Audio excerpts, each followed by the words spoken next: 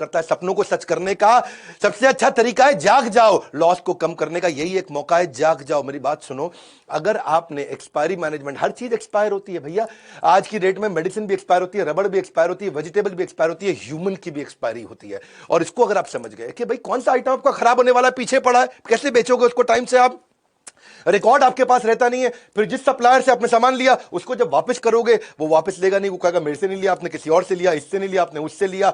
इसके बाद अब जब आपको अलर्ट मिलने शुरू हो जाए टाइमली, आप रिटर्न कर सकते हो टाइम से, सॉफ्टवेयर होगा तो पता चल जाएगा कौन से सप्लायर से लिया, आपका कोई डिस्प्यूट नहीं है, कोई बैक एंड फोर्थ नहीं करना। मैं कई सारे सॉफ्टवेयर को पढ़ा, इंडियन को पढ़ा, इंटरनेशनल को पढ़ा, बहुत सबके नाम मैं ले सकता हूं, लेकिन मैं अभी धन्यवाद आज इंडियन सॉफ्टवेयर मार्क को करूंगा जिसने 50% मार्केट शेयर कैप्चर कर लिया इंडिया में।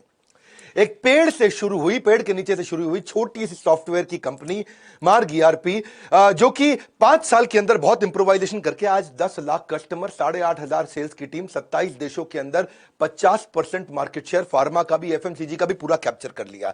आज 20 बिलियन इनवॉइसेस मार्ग ईआरपी हर साल ट्रांजैक्शन दे रहा है, 7 लाख करोड़ रुपए की ट्रांजैक्शन पर ईयर। अगली दिक्कत आती है आपको रैक मैनेजमेंट की, गल्ला क्यों नहीं छोड़ पाते?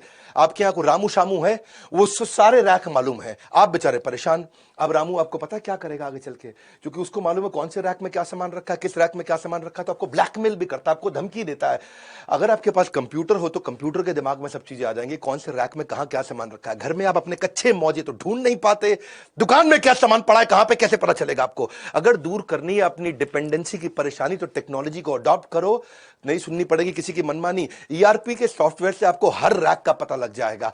अलर्ट मैनेजमेंट, चौथी चीज, क्विकली बहुत तेज चलूंगा, मजा आ जाएगा। अलर्ट मैनेजमेंट यानी कि कस्टमर की कौन सी रिक्वायरमेंट बार बार आने वाली है, कौन सी चीज कस्टमर बार बार लेता है। जैसे मान लो आपकी दवाई की दुकान है, diabetes, high blood pressure, cholesterol, कोई हार्ट की प्रॉब्लम है, कोरोनरी आर्टरी डिजीज है, कोई थायराइड है, कोई इनहेलर लेता है, कोई आर्थराइटिस की, कोई अल्जाइमर की, कोई एड्स की, जो दवाइयां बार बार ली जाती हैं, हर हफ्ते लेनी पड़ती है। अगर आपको अलर्ट आ जाए और सॉफ्टवेयर ऐसा हो कि अपने आप उसके मोबाइल पे मैसेज भेज दे कि आपकी दवाई खत्म होने वाली है, कल की आखिरी डोज है, अगली डोज आपके घर भिजवा दें, प्रेस यस, बस आप उसके घर पे भिजवा दोगे दवाई, कोई दिक्कत ही नहीं है।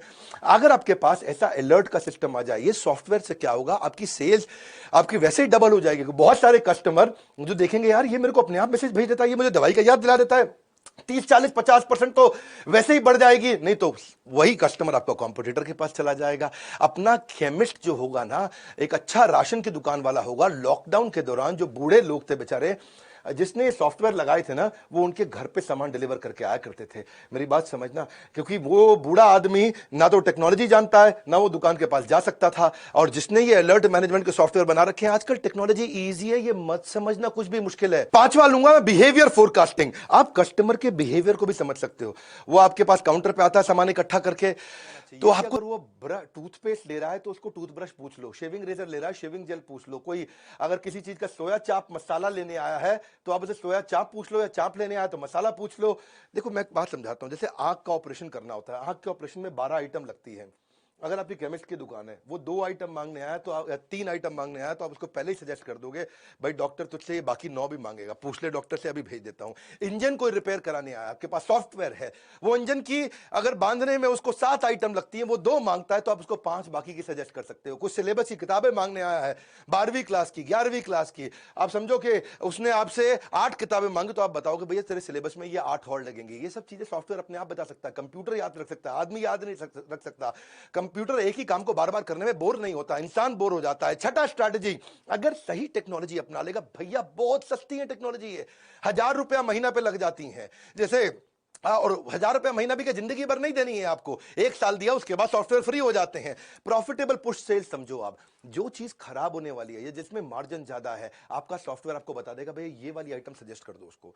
वो मांगने आया आपसे छज्जू लाल आइटम, आपको पता है छज्जू लाल की जगह मैं रामू लाल आइटम अगर बेच दूंगा तो मुझे मार्जिन ज्यादा मिल जाएगा। कभी रेस्टोरेंट में आप देखो, रेस्टोरेंट में जब जाते हो तो कई बार आपको पता है वो लड़का आकर के वेटर पूछता है, सर हमारे यहाँ की शाही पनीर जबरदस्त है, शाही पनीर ट्राई करो सर। मैं कह रहा हूं बहुत जबरदस्त है, सिग्नेचर डिश है। तो आप कहते हो अच्छा भाई लिया शाही पनीर। पता है उसने क्यों बोली थी आपको शाही पनीर सिग्नेचर डिश है? क्योंकि अंदर से उसको बता दिया गया था भैया खराब होने वाली है, दोपहर की बनी हुई है, रात को सारी निकाल दो। इसका मतलब क्या है, अगर वो खराब हो जाती तो रेस्टोरेंट वाले का धंधा मार्जिन खत्म हो जाता है। ऐसे ही कौन सी आइटम आपकी एक्सपायर होने वाली है, कौन सी आइटम पे मार्जिन ज्यादा है, कौन सी आइटम आपको ज्यादा बेच देनी चाहिए, कौन सी आइटम आपको ट्राई करनी चाहिए बेचने में, ये इसको बोलते हैं प्रॉफिटेबल, प्रॉफिट वाली आइटम को आप पुश करके निकाल सकते हो, एक्सपायरी से पहले निकाल सकते हो। एक इच्छा से कुछ नहीं बदलता है, लेकिन निर्णय से सब कुछ बदल सकता है। आपको ये सोचना चाहिए कि मैं भी टेक्नोलॉजी अडॉप्ट कर सकता हूं। हर छोटे व्यापारी को बदलने वालों में इस देश के अंदर कंप्लायंस मैनेजमेंट, कंप्लायंस पूरा नहीं करता व्यापारी, इसको डर लगता है, जीएसटी का डर लगता है, हर चीज का डर लगता है।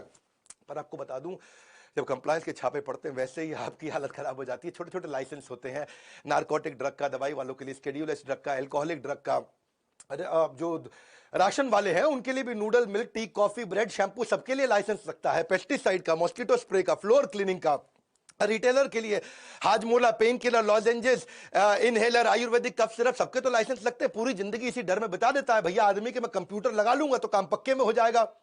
मैं आज एक ऐसा कमाल का आपको नंबर समझाता हूं, आपका गेम चेंज हो जाएगा।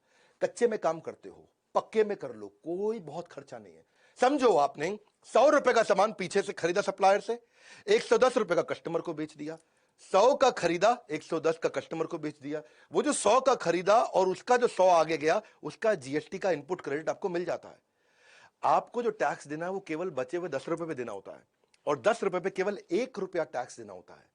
और चक्कर क्या है, 1 रुपया बचाने के चक्कर में तू पहले 110 रुपए भी खराब करता है और अपनी पूरी जिंदगी भी खराब करता है। मेरी बात को समझना, 100 की आइटम आप बाजार से लेकर के कस्टमर को बेचते हो 110 की, तो टैक्स आपको खाली 10 रुपए पे देना होता है। और 10 रुपए पे क्या 1 रुपया देना है। तुमको 110 रुपए में 1 रुपया टैक्स देने में इतनी दिक्कत है? बोरी भर के बैठा है, बोरी के टुकड़ों के लिए रो रहा है, इतना मुश्किल नहीं है। तेरे जीएसटी के कंप्लायंस पूरे हो गए, धंधा पक्के में आ गया। वरना गवर्नमेंट के बहुत इनिशिएटिव है, ई वे का इनिशिएटिव है। आप वैसे भी देखो, जीएसटी के चक्कर में आप स्टॉक मेंटेन नहीं करते, एक्सपायरी का आपको टेंशन रहता है, चोरी का टेंशन रहता है, क्योंकि आप पक्के में काम नहीं कर रहे। पक्के में काम कर, घर पे बैठ, बच्चों के साथ बैठ, जिंदगी में घूम, मजे मार, वृंदावन जा, भगवान के नाम का भजन कर, दुबई जा, बीच में बैठ के लेमोनेड पी, तुझे कोई नहीं रोकेगा। हर धंधे में होगी सिर्फ बचत ही बचत, कंप्यूटर करेगा बिजनेस में आपकी मदद। अगला है कोलैबोरेटिव कॉमर्स। अगर सॉफ्टवेयर बढ़िया है, जैसे मैं मार्ग ईआरपी की बात कर रहा था, मार्ग ईआरपी में तो आपको डिस्ट्रीब्यूटर से कोलैबोरेट कर देगा।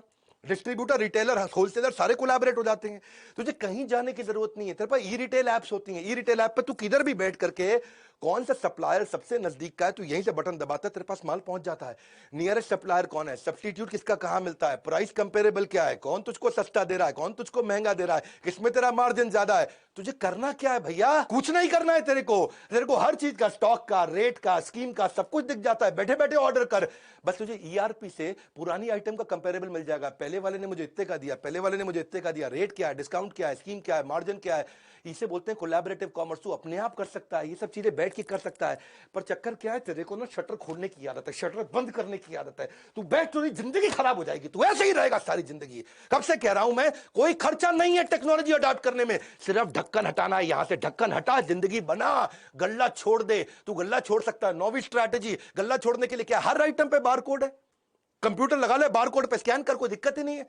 तुझे डर क्या लगता है कि वो सस्ता बेच देगा, वो चोरी ना कर ले, वो किसी और को ना बेच दे। लेकिन बारकोड बिलिंग से, ईआरपी से तुझे कोई प्रॉब्लम ही नहीं है। उसने बस स्कैन करना है, और कुछ रेट याद नहीं करना, कोई स्कीम याद नहीं करना, कोई डिस्काउंट याद नहीं करना। कस्टमर को भी डिलाइट लगता है, कस्टमर को भी लगता है अपनी मर्जी का रेट नहीं लगा रहा, बारकोड से ऑटोमेटिक रेट लग रहा है। क्यों जाते हैं लोग बिग बाजार पे, क्यों जाते हैं लोग डीमार्ट पे, सब बारकोड से हो रहा है वहां। उसको विश्वास आ जाता है, अरे ये मुझको महंगा नहीं देगा जो रेट फिक्स है उसी पे देगा, ठीक ठीक लगा लो, ठीक ठीक लगा लो, वो चक्कर खत्म।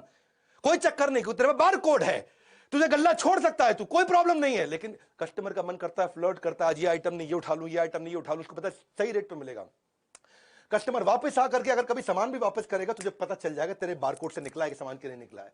कोई प्रॉब्लम नहीं है, हर चीज का रेट सेट हो जाता है। ओनर गल्ला अपना आराम से छोड़ सकता है। बिग बाजार पे जो लड़का बैठा होता है ना, उसके हाथ में कोई अथॉरिटी नहीं होती, पता है आपको। वो खाली बटन दबा सकता है गन से, कुछ नहीं कर सकता। उसका कोई रिश्तेदार भी आ जाए ना, वो खाली क्वांटिटी डाल सकता है और कुछ नहीं। प्राइस वो नहीं डाल सकता, डिस्काउंट वो नहीं डाल सकता, स्कीम वो नहीं डाल सकता, कुछ वो चेंज नहीं कर सकता। अपना रिश्तेदार आ जाए तो भी वो कुछ चेंज नहीं कर सकता। अब एक आखिरी जो दिक्कत जो मुझको लगता आती है, वो है कि डिस्ट्रीब्यूटर, होलसेलर बेचारे माल बेच देते हैं, कैश उनका आता नहीं। सेल्स का मतलब कैश थोड़ी होता है, sales is not equal to cash. माल बिका है, कैश नहीं आया है, उधार देता जा रहा है, तेरा पैसा फंसता जा रहा है, तेरा बैड डेट बढ़ता चला जा रहा है। एक अच्छा डिस्ट्रीब्यूटर 200-250 बिल हर रोज के बनाता है, और उसको बेचारे को पता नहीं चलता कि भैया कौन पैसा मुझे टाइम से देगा, कौन नहीं देगा। सॉफ्टवेयर ठीक होगा, सॉफ्टवेयर अलर्ट देने शुरू कर देगा कि इसकी पेमेंट साइकिल्स ठीक नहीं है, इसके पेमेंट का टाइम आ चुका है। वरना तुम्हारा अकाउंटेंट 50% टाइम खाली बैंक में घूमता रहता है। लेकिन अगर बैंक को सॉफ्टवेयर से इंटीग्रेट कर दिया जाए तो ये क्या है, आपका देसी मुनीम नहीं है, ये आपका स्मार्ट मुनीम बन गया। और किससे किसको कितना पैसा देना है, किससे कितना पैसा लेना है, सॉफ्टवेयर अपने आप बता देता है। भैया इसके लिए एक लड़का सॉफ्टवेयर पर लगा दो, जिंदगी आसान हो गई आपकी। मैं एक बात समझाता हूं आपको, कौन वापस करेगा, कौन भागने वाला है? आपके सॉफ्टवेयर आपकी कस्टमर की पेमेंट की हिस्ट्री, आपके सप्लायर की पेमेंट की हिस्ट्री, आपके रिटेलर की पेमेंट की हिस्ट्री, इसके बिहेवियर को एनालाइज कर देगा, फोरकास्ट कर देगा रिकवरी। आज मैं आपको गेम चेंजिंग आइडिया दूं, तीन चीज ध्यान रखना, कभी उधार आपका मरेगा नहीं। तीन चीज ध्यान रखना, एक, जिसको उधार देना है उसके साथ डिसाइड करके कंप्यूटर में डाल दो कितने अमाउंट का उधार देना है। मान लो 50,000 रुपए की लिमिट हो गई, तो जैसे ही उसका 50,000 रुपए हुआ, आपको तुरंत उसको मैसेज भेज देगा, भैया पैसा दे दे, और तेरे को अलर्ट दे देगा इसको और माल मत दे। दूसरी चीज, उसको ये भी बता दो नंबर ऑफ डेज का उधार कितना है। हो सकता है वो 50,000 का आपने मान लो रख लिया लिमिट, 45,000 रुपया उसने उधार ले लिया, लेकिन वो कभी वापस ही नहीं आया, आपको याद ही नहीं है, क्योंकि आपका कंप्यूटर अलर्ट नहीं देगा आपको याद नहीं आ रहा है। तो 45, आप उसको ये भी बता दो नंबर ऑफ डेज, 30 दिन का उधार दूंगा। तो उसने 50,000 से कम भी लिया, लेकिन 45,000 ही लिया, लेकिन 30 दिन पार होते ही फिर से अलर्ट आ गया। और एक नंबर ऑफ बिल कि भाई 3 बार उधार दूंगा, चौथी बार नहीं दूंगा। वो ये भी हो सकता है कि 15-15 हजार रुपए के 3 बार उधार ले ले आपसे, आपने उसमें वो पहले हफ्ते में ही ले ले, तो 30 दिन तक भी वेट नहीं करना पड़ेगा। ये तीन चीजें, नंबर ऑफ डेज, कितने अमाउंट का उधार देना और कितने बिल का उधार देना है, मैं इसके ऊपर बहुत डिटेल में वीडियोस बनाता हूं। लेकिन आज मेरे को पता है यूट्यूब पे ज्यादा टाइम नहीं लगाता, मैं जल्दी जल्दी आपको कंटेंट देता हूं, रियल कंटेंट। आज तक कोई कंटेंट मैंने अपनी जिंदगी में रिपीट नहीं किया, हर बार रियल कंटेंट देता हूं। अच्छा सॉफ्टवेयर होगा ना तो 11वां पॉइंट भी ले लो, बोनस, डेटा बैकअप अपने आप हो जाएगा, खुद ही डेटा बैकअप होता रहेगा, क्लाउड पर डलता रहेगा।